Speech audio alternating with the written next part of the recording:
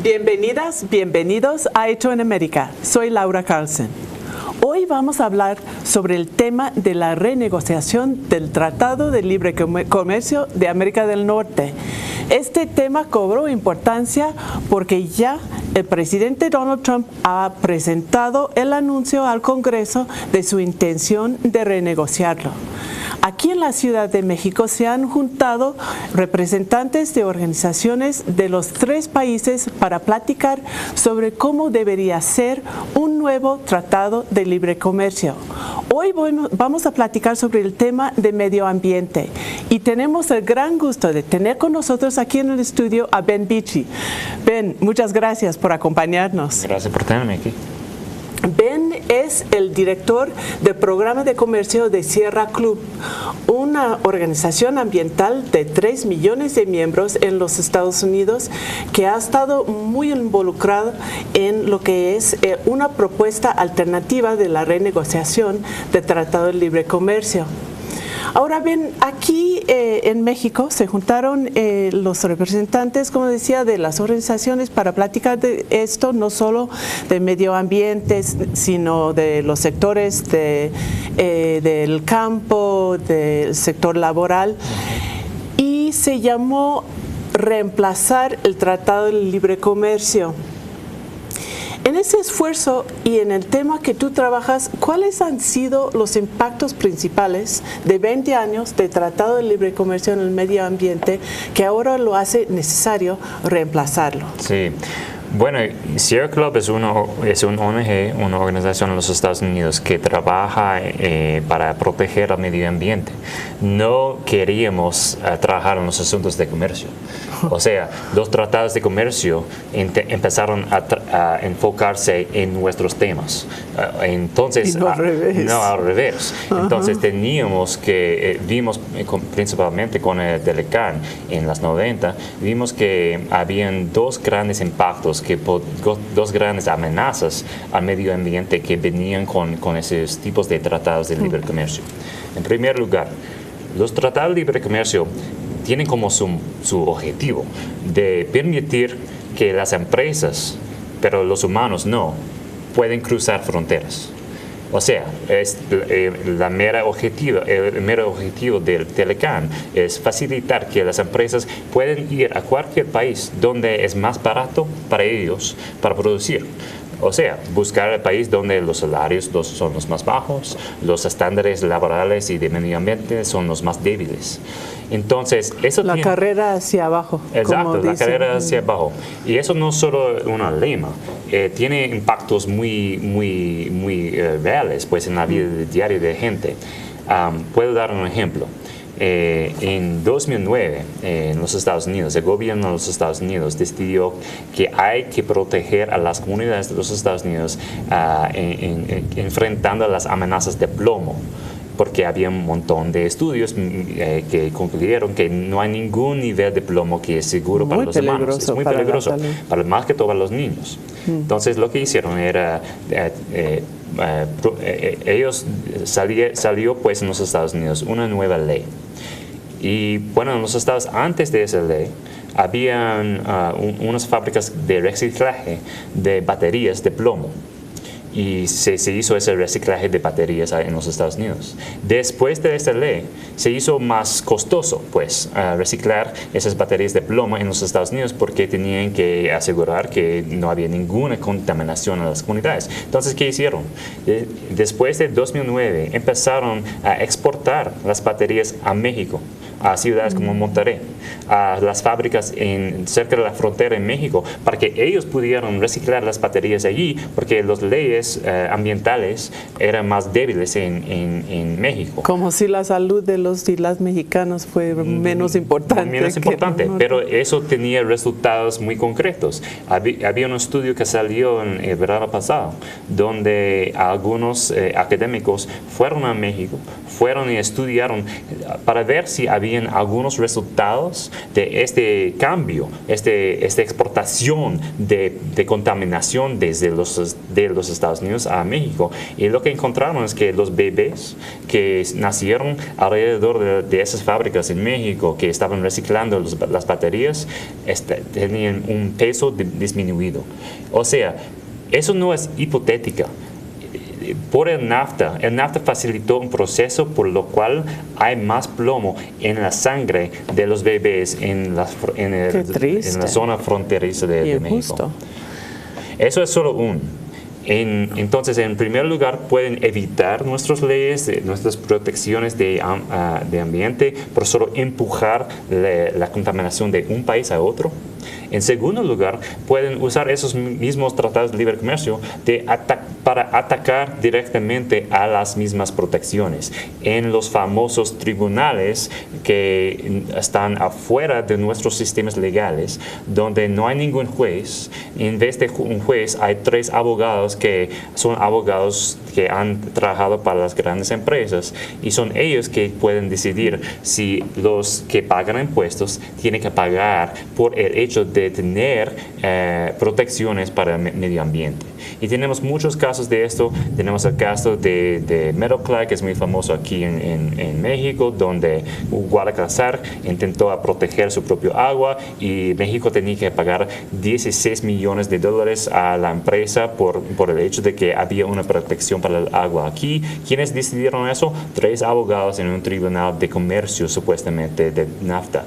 En los Estados Unidos también, TransCanada es la empresa detrás de este oleoducto muy controversial, Keystone XL, que significaba más contaminación para muchas comunidades. Luchamos en contra de eso, ganamos. ¿Y qué hizo TransCanada? Decidió demandar a los Estados Unidos por $15 mil millones en uno de esos tribunales. Entonces, es la otra manera en que pueden usar las empresas estos tratados para atacar a nuestras protecciones ambientales. Y de esos tribunales tenemos algún conocimiento de los casos aquí, y creo que una de las cosas que más me ha impresionado es que no solo es por ganancias o pérdidas como resultado de aplicar lo que es una protección necesaria, justa y necesaria al medio ambiente, sino ganancias al futuro. Al futuro, sí. ¿No? Y por eso algunas cantidades realmente estratosféricas. Por ejemplo, TransCanada. TransCanada invirtió, según ellos mismos, como $2,000 millones en el mero oleoducto. Entonces, ¿de dónde sale $15 mil millones? Bueno, ellos decidieron que, bueno, si no hubiéramos fracasado a su proyecto, si no hubiéramos tenido pues tanto preocupación por el clima, entonces ellos pudieron haber ganado $13 mil millones en los próximos años. Entonces parece como una fantasía, pero la verdad es que país tras país ha tenido que pagar a esas empresas porque esos tribunales, sin accountabilidad a cualquier país, deciden que es así. De esos ejemplos lo que vemos es que el TLC está perjudicando a las poblaciones de los 3 países. Sí. Como empezó este proceso ahora de renegociación del TLC fue por iniciativa de Donald Trump desde la campaña y ahora cumpliendo desde la presidencia, y él siempre lo ha presentado como si fuera un problema de un país contra otro, de los Estados Unidos, que ha estado en desventaja frente a México por este mal tratado de libre comercio. ¿Ustedes cómo lo ven? ¿Es así? ¿Hay que renegociar como países? ¿O cuál es el marco que utilizan para entender ese tratado y su impacto? Para estar claro, la visión de comercio que tiene Sierra Club, tanto como los sindicatos, tanto como todo el movimiento que derrotó a TPP, que ha luchado en contra del Telecán, esta visión es 180 grados diferente que la visión de Trump. Trump, como usted dice, él cree que el comercio es como una batalla entre los Estados Unidos y México, por ejemplo. Pero la verdad es que por décadas hemos visto que esos tratados de libre comercio son batallas entre las grandes corporaciones y los demás de nosotros. Y por ejemplo, Trump lo que quiere es usar la renegociación de Telecán para financiar a su muro en la frontera. Él ha dicho que quiere imponer, por ejemplo, un impuesto de 20% en las importaciones de México para financiar a su muro. O sea, es una visión totalmente xenófoba.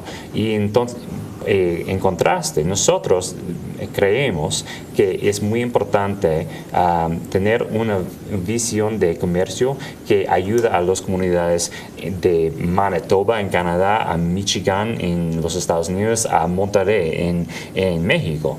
O sea que es cuando las empresas pueden ir de país a país a país, siempre buscando los salarios más bajos, los estándares más bajos para los trabajadores, para el medio ambiente, eso perjudica a los trabajadores en cualquier país.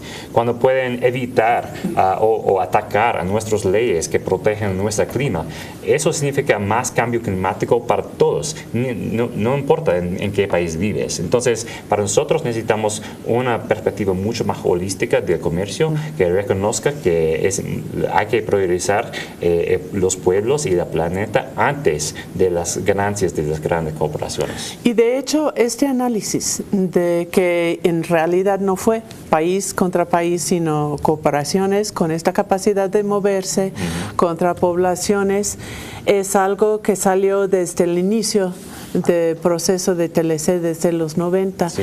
Y ustedes han estado en todos los sectores en un proceso organizativo para unirse entre los tres países frente a este modelo de integración nacional.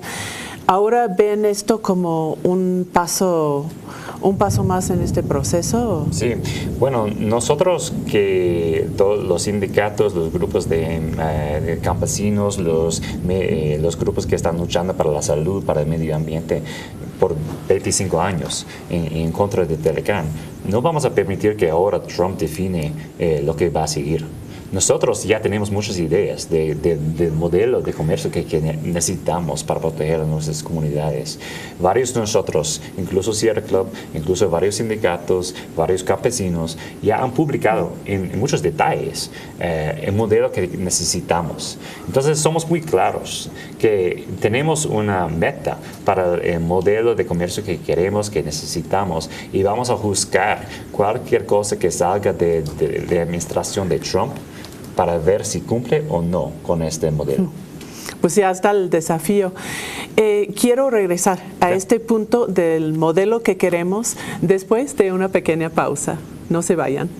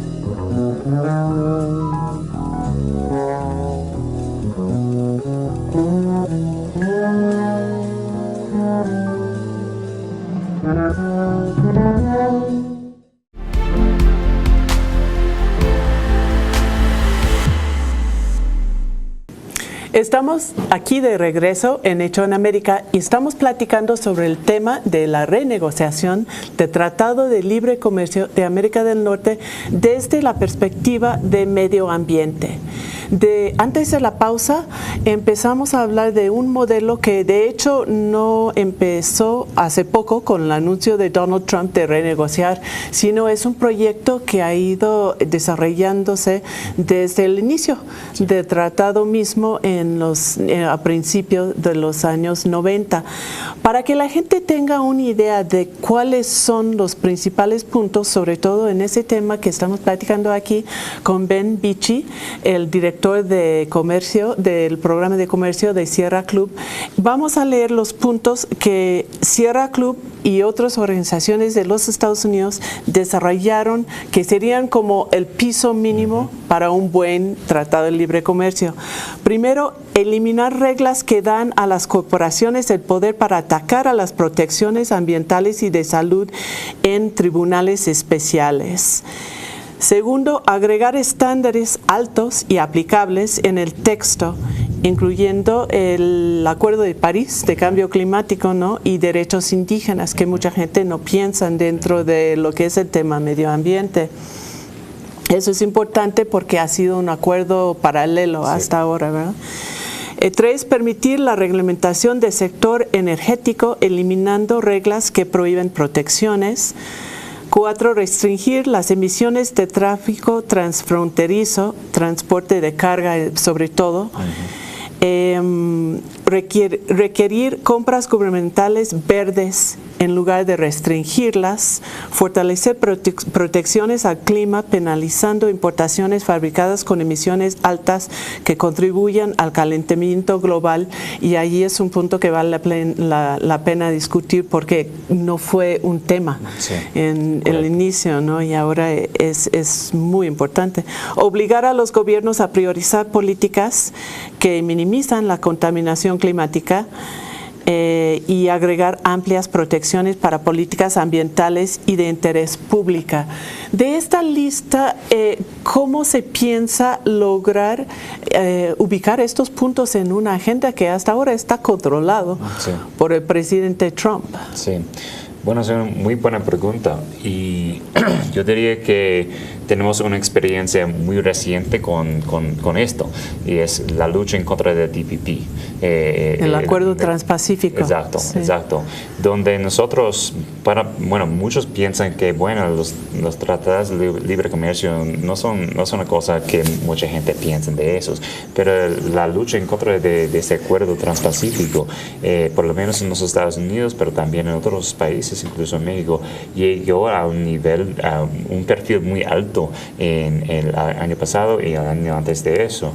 Y eso era por un movimiento grandote y amplia de campesinos, trabajadores, personas luchando para la salud, luchando para derechos de libertad en Internet, luchando para el medio ambiente, porque el gran problema con el comercio, con los tratados de libre comercio, es que toca todo. O sea, que no es sobre el comercio, toca todas nuestras leyes, toca todas nuestras protecciones. Pero la gran ventaja de luchar en contra de esos mismos tratados es que toca todo. Es que el movimiento en contra de esos tratados es grandote porque todos pueden ver que sus propias luchas están afectados por ese tratado de libre comercio. Entonces, en el caso del movimiento contra el TPP, se logró sumar fuerzas por eso mismo, y es lo que están esperando en ese caso también. Habían congresistas en los Estados Unidos que, no eran ningún campeón del medio ambiente ni de derechos laborales, pero para ellos importaba mucho la libertad de Internet. Entonces, ellos veían que había una amenaza ahí. Entonces, podríamos convencerles que eso era maltratado por su asunto. Entonces, lo que necesitamos hacer en este momento es no dejar que Trump define el modelo que sigue. Nosotros necesitamos plantear todavía con un voz todavía más alto el modelo que sabemos todos que necesitamos, y construir poder detrás de ese modelo. Y el comercio tiene ese poder de como romper las divisiones que existen entre los movimientos, porque todos pueden ver un enemigo común en un tratado de libre comercio. Entonces, podemos construir un movimiento aún más grande que el movimiento que derrotó este tratado transpacífico. Y eso es el plan que tenemos con respecto a Telecán, es poner nuestro modelo y construir el poder. Entonces, cuando Trump no está con nosotros, vamos a tener un movimiento que sí está listo para proponer nuestro modelo. Ahí es una visión optimista, ¿no? Hay que hacerlo. A largo plazo. No estoy diciendo que mañana vamos a lograrlo, pero sí, hay que planificar para el largo plazo. Sí, y no puedo dejar de pensar en el desafío que existe precisamente en el área de educación popular y opinión pública. Sí. O sea que acabamos de ver una elección en los Estados Unidos en donde una serie de problemas que fácilmente se pueden entender como problemas del 1% contra el 99%, terminaron siendo presentados como si fueran problemas entre mexicanos y estadounidenses, o trabajadores allá y trabajadores acá, con una serie de divisiones que son muy distintos de lo que están hablando aquí. ¿Cómo se puede empezar a cambiar las probablemente visiones, incluso información falsa que tiene la gente, una gran parte de la población, y no solo en Estados Unidos, sino también en México, sobre estos temas? Sí, estoy de acuerdo que es un reto, es un desafío grandote, y no creo que ningún grupo tiene todas las respuestas ahorita para cómo resolver ese problema. Pero yo diría que el año pasado, durante las elecciones de los Estados Unidos, había un montón de frustración con el 1%, como usted dice. Alguna parte de la población estaba convencido por el ataque de Donald Trump, que era un ataque falso, pero un ataque en contra del 1%, diciendo que, bueno, mira, el problema que tenemos son los extranjeros, es México, y hay que tener America First, ¿no? Esta visión de Trump. Pero a la vez había un montón de apoyo más que pensábamos para Bernie Sanders, que él dijo que, bueno, no, la gran batalla aquí es entre las grandes corporaciones, los millonarios y los demás de nosotros. Y eso también tenía un montón de apoyo. Creo que hay y no estoy diciendo que estoy a favor de algún candidato u otro, pero estoy diciendo que hay esas dos visiones y la distancia entre los dos puede parecer grande, pero creo que para una persona que está muy frustrada con el 1% o muy frustrada que han perdido su trabajo o que su salario no ha aumentado en una década, pueden convencer a esta persona que el problema no es México, no son los inmigrantes, pero es un sistema controlado por las grandes empresas. Y ese es parte del sistema, los tratados de libre comercio. Son ellos mismos que escribieron el Tratado de Libre Comercio, es para sus beneficios. Entonces, creo que requiere mucho tiempo, requiere un trabajo, pero ahora Sierra Club y otras organizaciones en los estados ahorita lo que estamos haciendo es intentando juntar los que han perdido su trabajo y están muy frustrados en eso, los inmigrantes que han ahorita aguantando ataques de Donald Trump, poniendo los dos grupos, por ejemplo, en el mismo cuarto para hablar. Y no estoy diciendo que fácilmente en 5 minutos ya salimos todos bien, pero por un proceso de hablar profundamente cara a cara podemos darnos cuenta de que nuestros enemigos son comunes, no es la persona en el otro lado de la mesa, es la persona que no podemos ver en la sala ejecutiva de una gran empresa que ha diseñado tales tratados de libre comercio, por ejemplo. Va a haber un proceso, claro, pero no hay otra opción que veo menos que empezar ese proceso de educación. Sí, es mucha educación. Una de las cosas es que hay mucha gente que hace mucho no se escucha mucho del acuerdo paralelo sobre medio ambiente del Tratado de Libre Comercio. Sí. Y hay mucha gente que quizá no entienda la propuesta de incorporarlo al texto. ¿Por qué la importancia de esto? Bueno, porque si no lo haces, si no tienes un piso de protección para el medio ambiente, permite que las empresas siempre van país a país buscando los estándares más bajos. Entonces, para cambiar esta carrera hacia abajo a una carrera hacia arriba, tienes que poner un piso de requisitos de protecciones para el medio ambiente. Y para nosotros, entre los tres países. Entre los tres países. Pero no es suficiente simplemente incluirlos. Hay que incluir estándares verdaderos, incluso nuestros estándares para proteger a nuestro clima. El cambio climático es uno de los grandes problemas de nuestra época, y la verdad es que esos tratados de libre comercio, aunque son tratados de comercio, de verdad son tratados que tiene que ver con nuestro clima, porque ellos permiten que las empresas emitan más contaminación de nuestro clima, y no importa si ellos emitan esa contaminación en Michigan o en Monterrey, va a afectar al cambio climático de la misma manera. Entonces tenemos que tener este piso para asegurar que no solo estamos empujando la contaminación de tal lugar a tal lugar. Y me imagino no solo un piso, sino sanciones también. Sí, para que sea aplicada. Para ser aplicada, y que tiene que ser independiente para que cualquier experto puede decir, mira, no están cumpliendo con esos requisitos.